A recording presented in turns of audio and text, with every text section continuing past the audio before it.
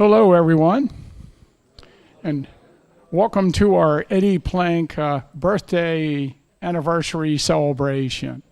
I'm Tim Smith, the historian here at the Adams County Historical Society, and it's my great honor to introduce Eddie Plank III.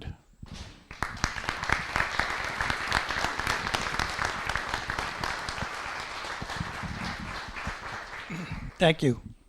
Sorry I have my sunglasses up here, but my wife left and took my regular glasses with me. But I want to thank everybody for coming today. 150 years. Wow. How many people here think they're going to have their birthday celebrated in 150 years? But really, the person I'd like to introduce you to here is not only an author, publisher, but also the owner of the Sunbury Press. And I just found out today, he's also a doctor in history. He is the author of the book Gettysburg, Eddie, the Eddie Plank story. And I think the program that he has today, in fact, I know the program that he has today, you're all going to enjoy. So without any further ado, I'd like to introduce you to my good friend, Dr. Lawrence Knorr. And if there's a question and answer period after this is over, please ask him to tell you why we were asked to leave a certain restaurant over in Mechanicsburg while we were working on this book. See what his side of the story is.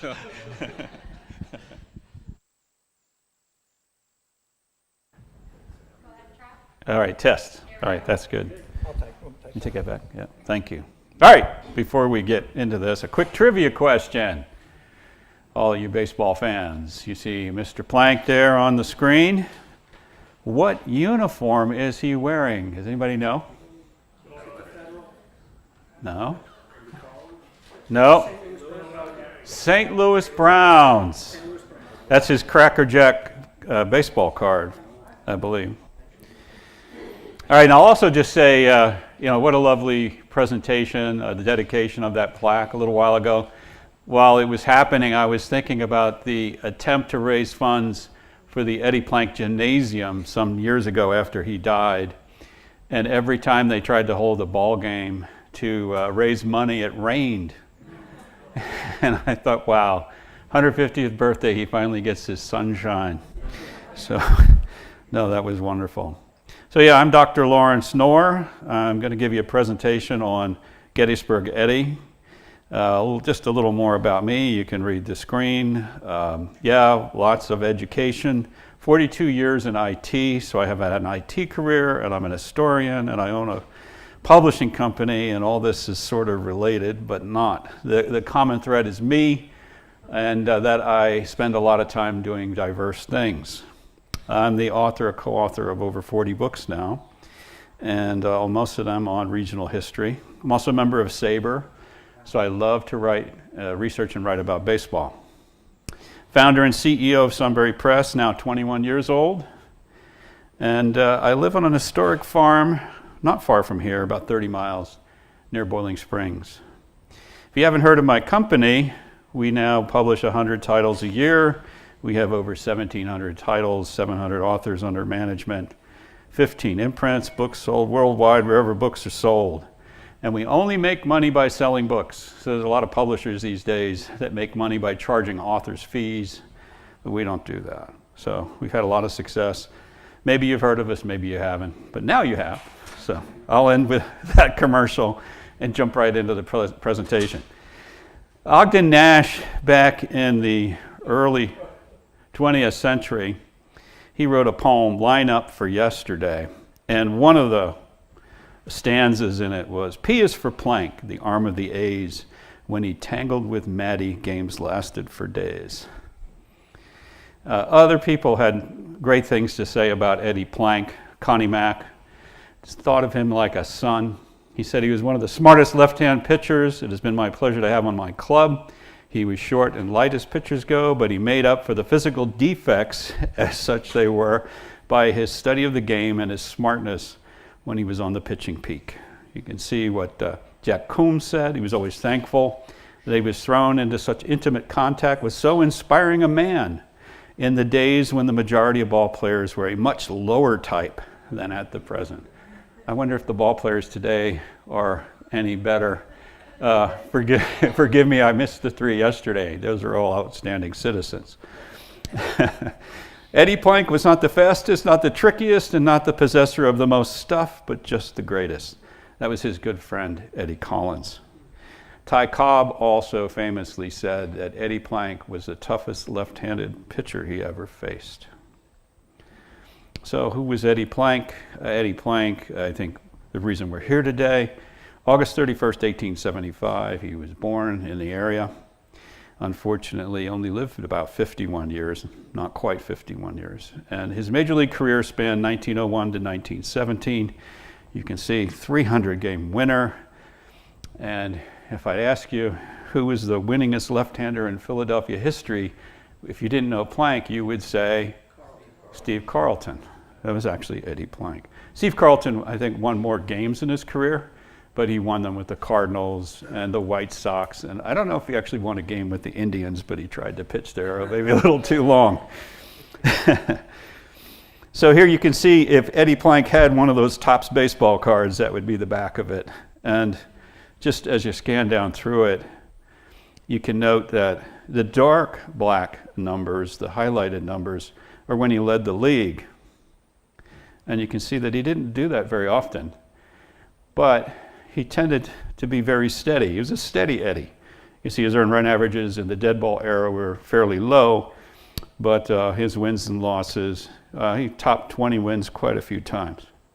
So, very reliable pitcher for a long time. So, some people have asked me, why write a book about Eddie Plank? And it's not like he's a relative or anything. I just thought he was a very interesting subject. I was researching a book about a gentleman named Carl Scheib.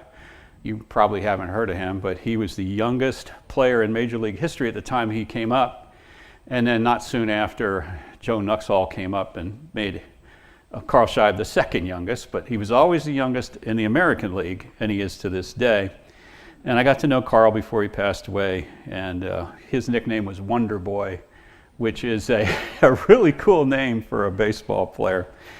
Carl played for the Philadelphia Athletics for a number of years, and Carl had a pitching coach named Chief Bender. And so as Carl and I were talking, and I saw Bender was at the Carlisle Indian School, I lived in Boiling Springs, Carlisle Indian School is like 10 minutes away. I thought, maybe I'll do a book on Chief Bender. Then I saw there were like 15 of them. And so while I'm reading about Bender and who he played with and against, I ran into Eddie Plank.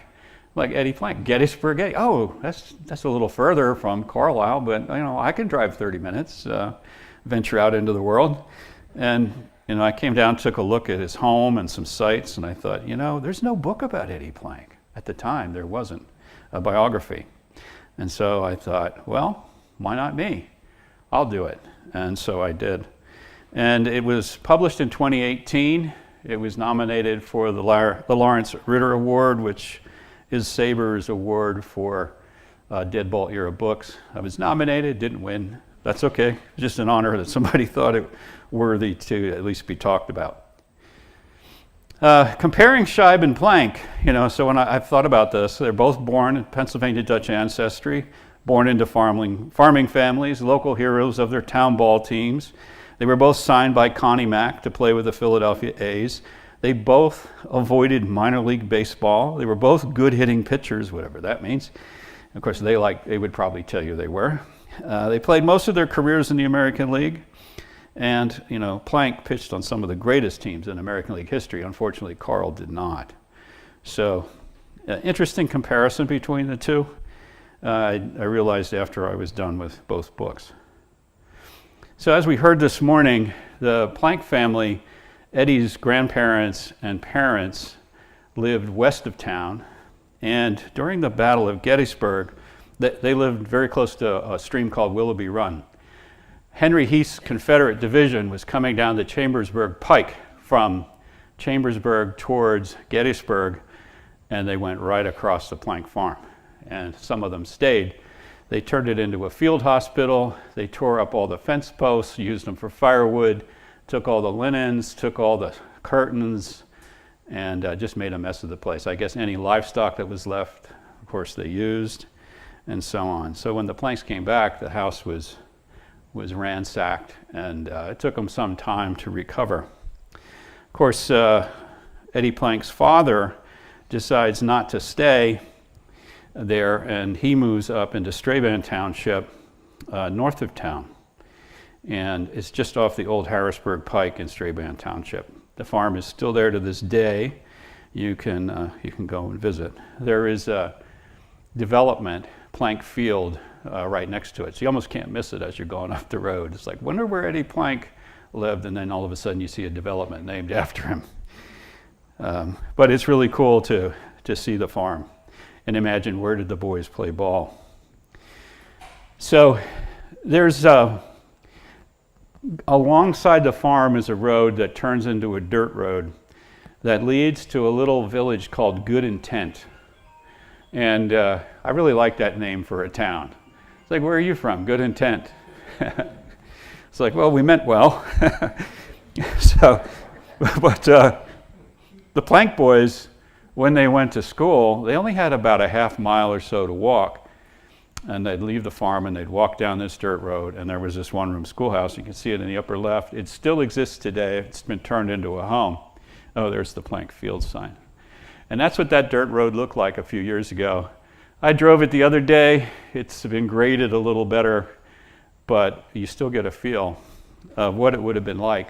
It's one of those few places where, a place where somebody was famous, which hasn't been turned into a big park or something, where you can go and walk and experience maybe what life was like 140 years ago or 130 years ago when he was a young lad. You can go down there today and you can drive up that dirt lane and get a sense of that. So Eddie played ball on the homestead with his brothers Ira, Jesse, Luther, and other boys from the school. They started a team called the Good Intent team based at this school. What's interesting about it is Eddie is 20 years old when he goes back to the school and says with the schoolmaster, Robert Major, that they should start a baseball team. So I think Eddie's probably been out of the school. I don't know how long Eddie went to the school, but Eddie clearly wants to play baseball with the school. And Robert Major becomes the coach. And so they start playing teams around the area, and they're very good, and Eddie is noteworthy. He's mentioned in the local papers. He then gets drafted by the local town ball team, the Gettysburg team. And 1899 in this area was a big year for the Gettysburg town ball team. They were the Adams County champion, going against the York County champion, McSherrystown. And this game was played.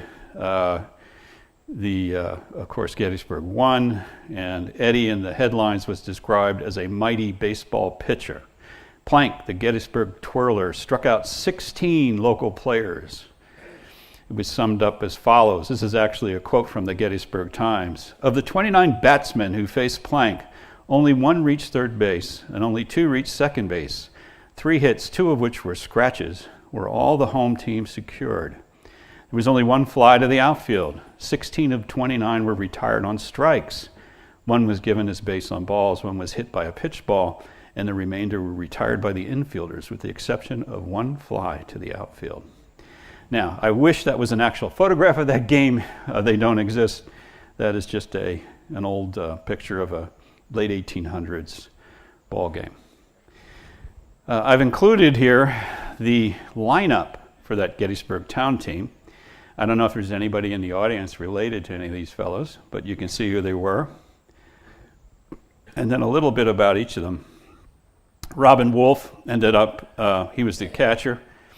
He ended up a prominent Pittsburgh attorney, and he claims he was responsible for discovering Eddie Plank. A lot of people make that claim. I guess Robin liked to talk about his friend from back in the day. On the box score, it mentions a Harry Harper, who I think is Harry Shealy, the first baseman. So Harry Melville Shealy.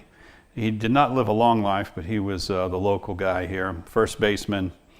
And while attending Gettysburg College, he took high rank in athletics and was considered an ideal first baseman in baseball, being always cool and ready for an emergency.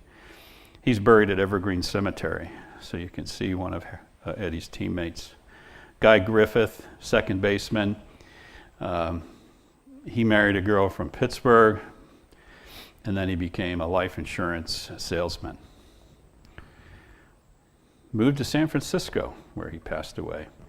Albert Minnick, or Minnick, only lived 30 years, right fielder, third baseman, born in Gettysburg, local boy, married Amanda, left a widow when he passed away at 29 from tuberculosis. He's buried up in Mount Holly Springs, where Sid Bream is from. Preston Tate, shortstop and team captain. How many knew Preston was the team captain of Eddie's team? You would think maybe Eddie would be the team captain, or Ira. But his nickname was Doc. He was the son of Dr. Tate from town. And he was always mentioned, certainly in his obituary, as Eddie Plank's catcher. He had a career as a watchmaker, buried at Evergreen Cemetery. William F. Dill, third baseman pitcher. This day he was in left field, born in York Springs. I think he's probably related to the Dills from Dillsburg. That is where he ended up being buried in 1942. The McCammon brothers played in the outfield. So I don't know if there's any McCammons here, you know any McCammons, but you can tell them that they played outfield with Eddie Plank in the 1899 championship. Calvin Gilbert on the bench. He was from Chambersburg, also buried at Evergreen, lived to 1959. And Allie Holdsworth, another gentleman on the bench, Jacob Alfred Holdsworth, lived in 1958. And he had quite a role at the 50th anniversary of the Battle of Gettysburg and was fairly well known locally, all very involved in the Masons. And it's mentioned in his obituary that he had played with Eddie Plank. A lot of these guys like to mention that. And he was an ardent Philadelphia athletics rooter. In fact, I think there were a couple accounts I read where when Eddie was going to pitch early in his career, it was Allie Holdsworth who helped organize the fans heading down to those games. So Eddie, now he's about 24 years old, enrolls at the Gettysburg Academy, not the college. Now, we know that usually when young people start college, most of them are coming out of high school and are like 18 or 19. So you can see that Eddie's 4, 5, 6 years older than probably a lot of the people that were his peers. At the academy, he was there because he probably did not have the prerequisites to attend the college. And sort of like good intent, I'm sure everybody around Gettysburg College was trying to find a way to get Eddie Plank on the baseball team. So by getting him into the academy, getting him in some remedial classes, then he becomes eligible to play. I can't speak for his academic achievements. I would venture they probably were not noteworthy, probably good enough to stay in school. He wasn't there very long, though. He pitched in 2 seasons, facing Susquehanna University, Penn State, Bucknell. He never faced Chrissy Matheson. Later on, that's talked about the news writers when Matheson and Plank are facing each other in the World Series. There's all this talk about how they're renewing their rivalry like they had in college. Well, that's all myth. That never happened. Matheson had been signed to a pro contract in 1900, just before Eddie started pitching for Gettysburg. Then you have the Carlisle Indian School where Bender was, and he never started on the mound against Chief Bender, who would later become his teammate. Again, another thing that was talked about in the papers later on. They assumed, oh, well, he must have faced Matheson and he must have pitched against Bender, but he never did. So 25 going on 26 now. He's pitching for Gettysburg College. He was the ace of the team. And a gentleman, I love his nickname, Frank Monkey Foreman. I can't tell you how a guy gets a nickname Monkey. It probably has something to do with some kind of malfeasance or clowning around, but he had been the baseball coach for a brief period of time at Gettysburg College. And he and his brother Brownie Foreman knew Connie Mack. At a certain point, they were in Baltimore where Connie Mack was, and they told Connie about Eddie, and a telegraph was sent. Eddie was offered a tryout. He came down. He did the tryout in Baltimore, signed to a contract that day. The next day, he's pitching in the major leagues, his first game. There was no minor leagues. There was no pause. It's like, okay, son, you got the ball. You're gone tomorrow. So Connie Mack, you'll hear his name quite a bit. You note his record as a manager, a losing record, but an incredible number of games that he managed. He was both the general manager, the owner, and the field manager of the Philadelphia Athletics from 1901 until 1950. I remember Carl Scheib telling me that when he was with the A's, Connie was really losing his edge and was not as sharp as he had been. And so there was coaches that assisted Connie. But he had been a player and certainly a very innovative executive and manager. And he helped to inaugurate the American League in 1901. So in 1901, Eddie is a rookie. He's in his 26th year of life. And the home games for the Philadelphia Athletics were at Columbia Park. They finished fourth. He went 17-13, not a bad year. He did lead the league in one thing, wild pitches. Wild Eddie Plank. 1902, they win the American League pennant. Eddie wins 20 games. Team goes 83-53. But there was no World Series because the Pirates chickened out. That was the year that Pittsburgh refused to play. Lave Cross was the team captain, Sock Siebold the top hitter, and a gentleman named Rube Waddell, who was a real character, became a teammate and went 24-7. Now, you might notice if you look at the stats and the teams through the years, and I won't present all that today and bore you with that, but just know other guys usually had better seasons than Eddie, but Eddie was always among the top 2 or 3 pitchers on the team. And with Waddell, he was such a showman. One spring training, he was showing off, and he decided, I'm going to call all the men off the field except the catcher. And then he had the next 3 batters come up, and he struck them out. So the kind of showman that he was famous for a whole bunch of oddball, crazy things. He was a left-hander as well. 03-04, the team finishes very well, 2nd and then 5th. You can see Waddell has a strong year.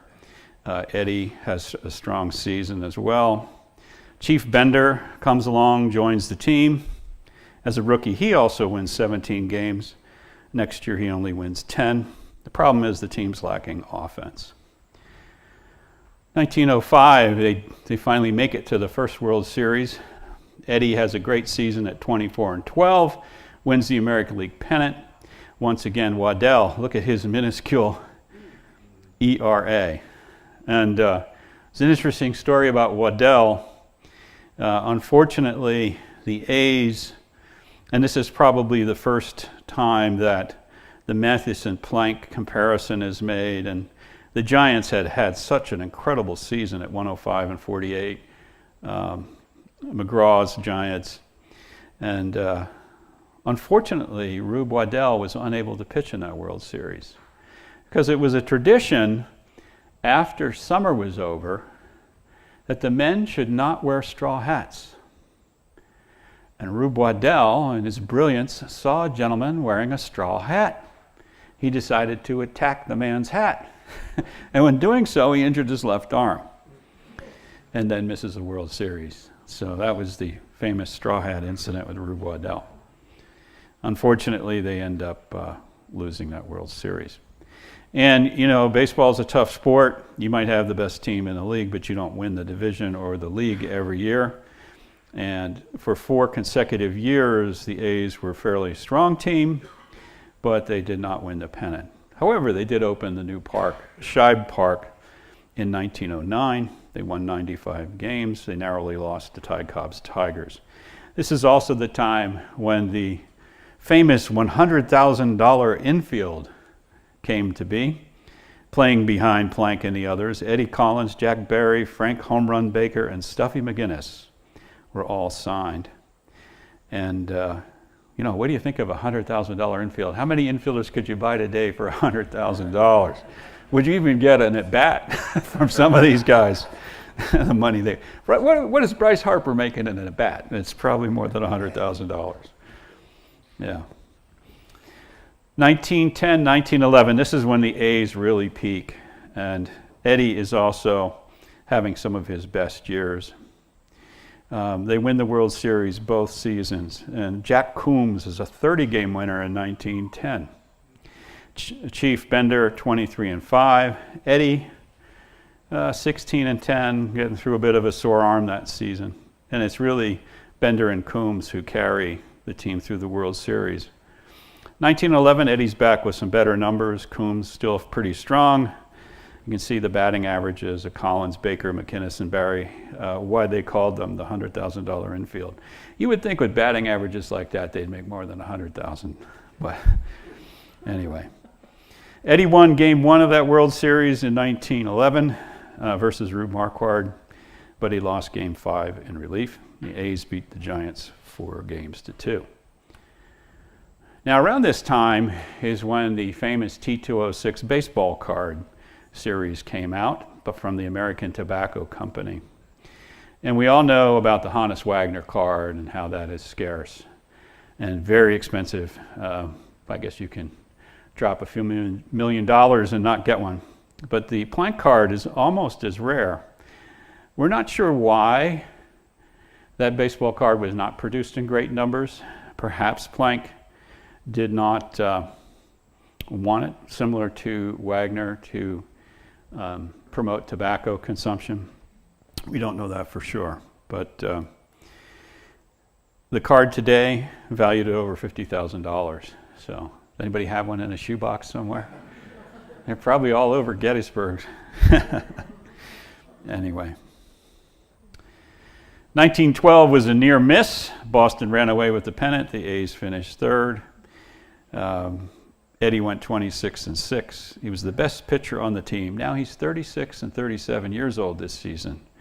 This is getting up there. I mean, even today, athletes rarely go past age 35. And here he is having one of his best seasons and his best pitcher on the team. He is starting to think about retirement, though. And I would say around this time, it seems like every year he and Connie Mack have these long phone calls, because there were telephones by then. And Eddie's in Gettysburg in the off season. Connie's calling from Philadelphia, and they're trying to work out Eddie's contract. And he tends to play hard to get, and always ends up getting a little bit more money. And so I think sometimes his talk of retirement is a way to coax Connie Mack to pay him more. But I can't say for sure. I would have loved to have been able to tap that line. 1913 is a very special year for Eddie. He only went 18-10, but again, he's 37, 38 years old by the end of the season. The A's won the pennant. Again, they faced the Giants. Eddie lost to Matheson in Game 2, but then he beats Matheson in Game 5, 3-1. Now, he does this in New York at the Polo Grounds. So here's a Philadelphia guy. Well, he's a Gettysburg guy, but he's playing for Philadelphia, and he's in New York. They win the World Series. Eddie's on the mound for the last strike. He pitches a complete game. The crowd comes out on the field and carries the visiting player off the field. Now, I don't think in those days, I know Philly fans, we travel really well and support our team all over the country. But I don't think those were just Phillies fans or Philadelphia fans coming out on the field. The newspaper accounts said there were a lot of New York fans. and of savvy fans that knew Eddie was probably done. He's 38 years old, and here he is, his last pitch, wins the World Series in 1913. There are huge parties in the area, big banquets and things, and Eddie is seriously thinking about it being the end. If he had retired at that point, no doubt he's still a Hall of Famer, and he could ride off into the sunset a champion. But like Tom Brady and so many other athletes, who really does that? He thinks he can still play. Mack keeps the team together one more season, and they do win the pennant. Now Eddie ends the season at 39, and you can see he's slipping a bit. He has a losing record on a winning team, so maybe not quite, maybe some bad luck. He also complained about a sore arm again at times. They lost to the Boston Braves, though, in 4 games, and it kind of reminds me of that 1983 Philadelphia Phillies team that had all these veterans but ended up losing in the World Series to the Orioles. Maybe there was something to the age of the players. You know, they were not quite as sharp as they had been. After this season is over, it's amazing what Connie Mack does, but he sells his $100,000 infield. Forgive me, I don't know how much he got. I think it was more than $100,000. But he also releases outright Plank, Bender, and Coombs. So his entire, core is now gone. And Eddie Plank, we're unsure what's going to happen to him next. Well, at that time, a league called the Federal League had started. And Eddie was looking for a lot more money. And I think Connie was doing him a favor, say, go ahead and make a lot more money in that other league if you want to. And Eddie was assigned to the St. Louis Terriers under a manager, Fielder Jones. An amazing thing about this season in 1915 in the Federal League, the team was called the St. Louis Terriers. Oh, and I'll just tell a quick story. I went to St. Louis to try to find their ball field, and it's on the site of some university now. And I went into a sports shop that had all these jerseys and things, and I went up to the counter and I said, hey, where are the Terriers jerseys? And they looked at me like, what are you talking about? They're like, y'all had a Federal League team in 1914, 1915 called the Terriers. You don't have any jerseys from them? I said, sir, I've never heard of that. I said, well, you ought to think about it. Because they almost won the pennant. And the crazy thing is, Fielder Jones predicted that they would narrowly miss winning the pennant. Now, what manager says that in April, that we're going to just miss winning the pennant with this team?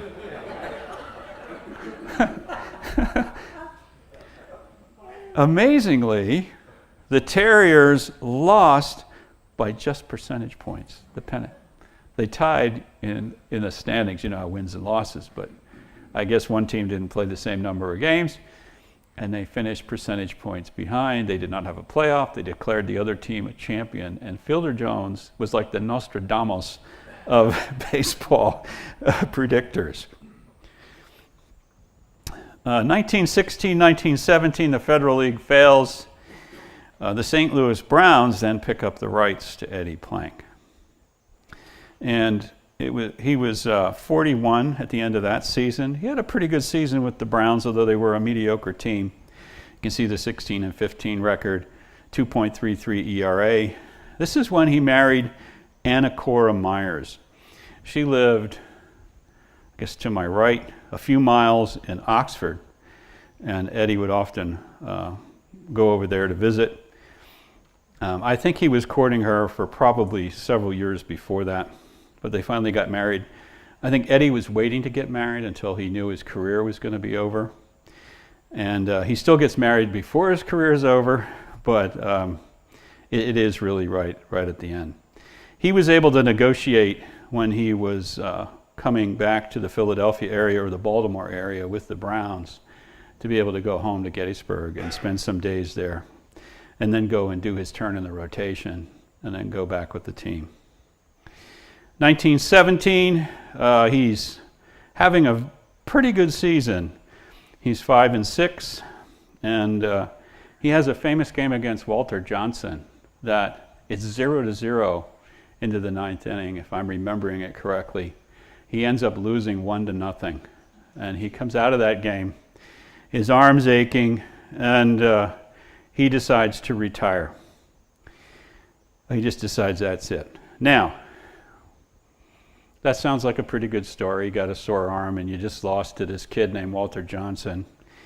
But at the same time, in St. Louis, there were terrible race riots. And it's very likely that, given all the stuff going on in St. Louis, and his age, and he's married, and he's got a baby son at home, he was probably homesick as well. So he leaves the Browns in the middle of the season and heads home. He is traded by the Browns to the Yankees, but he did not report to the Yankees. And of course, Fielder wanted him back on the Browns again, but Eddie, he decides to stay around home. He does sign with Steelton in the Industrial League, and there were some other interesting players in this league, older players. At this point, Eddie's 42, so he plays some games in that league, and Chief Bender is also in this league. So it's an interesting aspect of baseball history not many people know.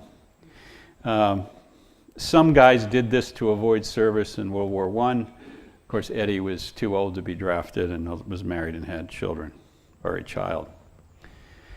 1919, after baseball, is a lovely picture of Eddie with his son and his wife, thanks to the family.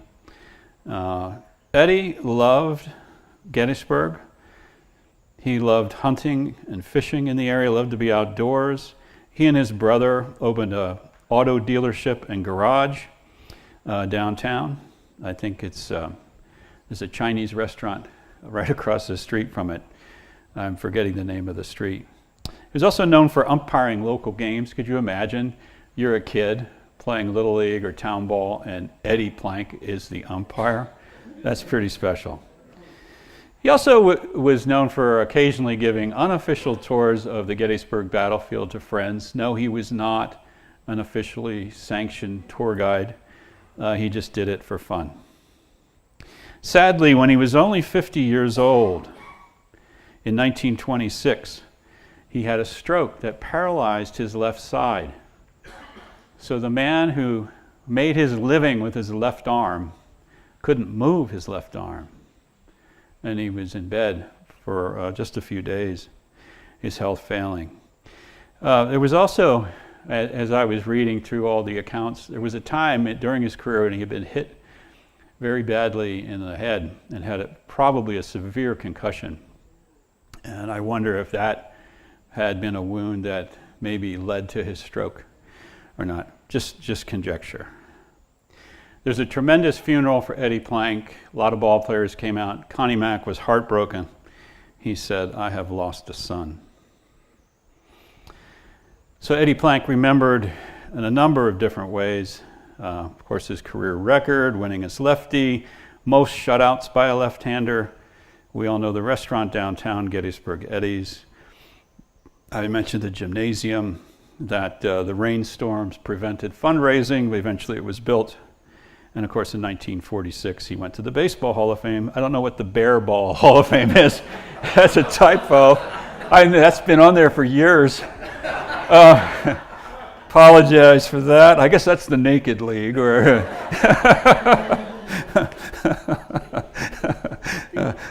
forgive me, Eddie, for putting your grandpa in the Bear Ball Hall of Fame.